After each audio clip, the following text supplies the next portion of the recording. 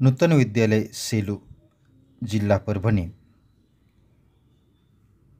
संतवाणी भक्ती संगीताचा कार्यक्रम। आषाढी एकादशी निमित्त नूतन विद्यालयाच्या संगीत विभागाच्या वतीने संतवाणी या कार्यक्रमाचे आयोजन।